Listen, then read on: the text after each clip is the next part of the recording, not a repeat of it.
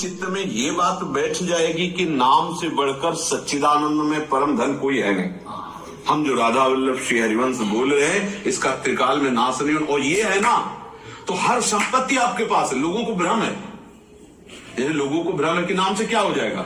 नाम से संपत्ति का स्वामी तुम्हारे अधीन हो जाएगा, सेवक बन जाएगा। लेकिन लोग समझ रहे, अरे ये सब संतों की कहने सुनने की बातें, ऐसा नहीं होता। लोगों को लगता ना, लोगों को ये लगता है हम ही तो नाम जपते क्या मिलता, परेशान है, एक मुकदमा भी नहीं जीत पाते हैं, एक लॉटरी भी नहीं खुलती है।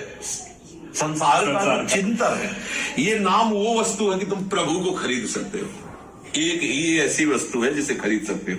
जैसे स्वयं भाई जी और बड़े बड़े महापुरुषों ने कहा कि प्रभु श्री कृष्ण कहते हैं कि राधा नाम मेरा निश्चित किया हुआ मूल्य, कोई भी खरीद ले। राधा नाम जप करके कोई भी मुझे प्रभु खरीद गए, अनंत ब्रह्मांडों के स्वामी। तो ये संपत्ति तो हो ही गई ना हमारी। अपार संपत्ति छुपी हुई इसी नाम में, लोग समझते नहीं। अगर केवल चतुराई से संपत्ति मिलती है तो तुम हमसे ज्यादा चतुराई कर रहे हो, करते करते पूरा जीवन व्यतीत हो जाए, क्यों नहीं संपत्तिवान बन जाते। अगर ये लोगों को लगता है कि चतुराई से ही होता है तो तुम कम चतुर हो क्या। आप विचार करके देखो, अगर तुम्हें कोई बेवकूफ कहे तो स्वीकार करोगे क्या। आप यही कहोगे 2 मिनट में तुम्हें बेच सकते हैं, इतनी बुद्धि है। तो फिर आप वो संपत्ति क्यों नहीं ले लेते यदि चतुराई से ही आती है तो। और राधा राधा राधा राधा राधा, पर यहाँ महत्व नहीं होगा ना। आप राधा राधा शुरू किया और उसकी गाड़ी के एक्सीडेंट, तब ठीक मामला है नहीं। ये ऐसा जादू का खेल है, जो संभल गया वो संभल गया। तो चित्त नाम हरिवंश रति, चित्त में तभी रति होगी नाम के प्रति जब ऐसी महत्व बुद्धि आ जाएगी कि ये वो चेक है जिससे संपत्ति और संपत्तिवान दोनों बजाए जा सकते हैं। समझ आ रहा है। प्रभु और प्रभु का संपूर्ण वैभव उसके अधीन होता है, जो नाम का धनी होता है। देखो बड़े बड़े संतों के सामने प्रभु ऐसे खड़े हुए हैं। बड़े बड़े संतों के चरित्र पढ़ के देखो, केवल कहानियां नहीं है, प्रभु ऐसे खड़े होते हैं कि आपने भजन बल से, आपने अपने प्रेम बल से मुझे अधीन कर लिया। प्रभु स्वयं प्रभु अजित को जीत लिया। अब देखो भक्तों के चरित्र पढ़ के देखो, कहीं वो चरण चापते दिखाई देते हैं, कभी नौकर बने हुए दिखाई देते हैं। और अपने जीवन में भी देख लो, आप भी अपने सब जीवन में देख लो, कितने भजन करने वाले हो और कैसा प्रभु आपको दुलार कर रहा है। कैसा उनके दुलार को, बोले प्रभु क्या दुलार कर रहे हैं। अभी आपकी दोनों आंखें ले ले तो सोचो थोड़ी देर की आपकी आंखें ना हो तो कैसा लगेगा। सोचो थोड़ी देर सोचो तो आपको कैसा लगे। प्रभु ने आपको आंखें दी, प्रभु ने आपको संपूर्ण स्वस्थ अंग दिए हैं। किस लिए दिए हैं। अपना काम बना लो।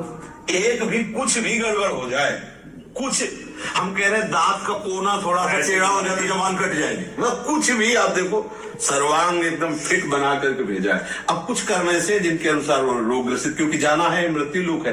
प्रभु की हमारे ऊपर बहुत कृपा है, बहुत दुलार है, पर हम समझ नहीं पा रहे।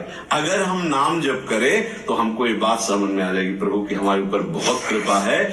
और सच्ची मानना नाम रूपी संपत्ति है तो त्रिकाल में तुमसे बड़ा कोई धनी नहीं है। जरूर दिखाई देगा। नरसिंह मेहता जी 8-10 कोई बाबा जी बैठे थे मजीरा बजा रहे, उनके रिश्तेदार बड़े थे। तो ये था कि इतना गरीब आदमी यदि हमारे यहाँ आएगा बाबा जी तो बेइज्जती हो जाएगी ना। वहां जहाँ बड़े अच्छे अच्छे पोशाक पहने हुए वहां बाबा जी जाए सब मांगने खाने वाले जिसे देते हुए लगेगा कौन है। बोले समझी है रिश्तेदार है। अब तो बोले अब बिटिया घर में है और निमंत्रण नहीं देंगे तो उसको भी दुख लगेगा, तो निमंत्रण दे देते हैं, लेकिन वो आए ना ऐसी चाल चली जाए। तो बोले क्या किया है। बोले इतना लंबा पर्चा बना तो बिटिया के घर निमंत्रण जा रहा तो वो लेकर वहां से आए ऐसी, और आए उनके पास कुछ नहीं, इतना बड़ा पर्चा। जब नरसिंह जी ने देखा तो ठाकुर जी के सामने रख दिया। उनकी तो वही है, सब कोई जानता है कि ऊब गए उस नगर के संपत्ति लेने से।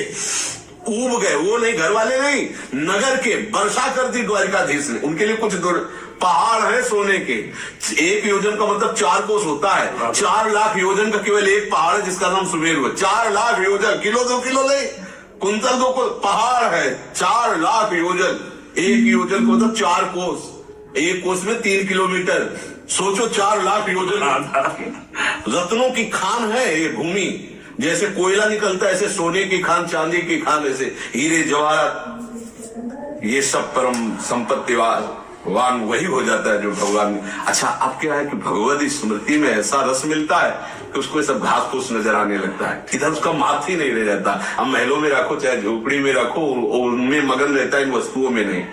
तो हमारे हृदय में तभी नाम के प्रति रति होगी जब ये बात समझ में आ जाएगी कि नाम रूपी चेक हमारे पास है, सच्ची मानो। पर अभी क्या शुरुआत में ही ऐसी माया चाल चल देती कि उपासक को लगता है कि सब कहने सुनने की बातें, हम भी तो काफी दिनों से जप रहे लेकिन हमें तो कोई लाभ नहीं मिल रहा और परेशानियां बढ़ रही, ऐसा भी लग सकता है। क्योंकि माया जादूगरनी है, ये आपको इस बात पर विश्वास नहीं होने, अगर हो गया तो फिर आपको कोई परास्त नहीं कर सकता। ये कौन करवाता है? क्या चीज? ऐसा विश्वास कौन करवाता? ये इसीलिए कहा साधु समागम करे। अब जैसे आपसे हम बात कर रहे हैं तो प्रभु के शरणागत जन हैं और प्रभु के चरणों की खवासी करने वाले खास जन हैं, तो उनकी चाल बता रहे हैं। अब आप उस पर विश्वास कर लो तो आप आगे बढ़ जाओ। तभी कहा है कि बिना सत्संग के, बिना संतों के संग के ये मार्ग प्रकाशित ही नहीं। कोई समर्थ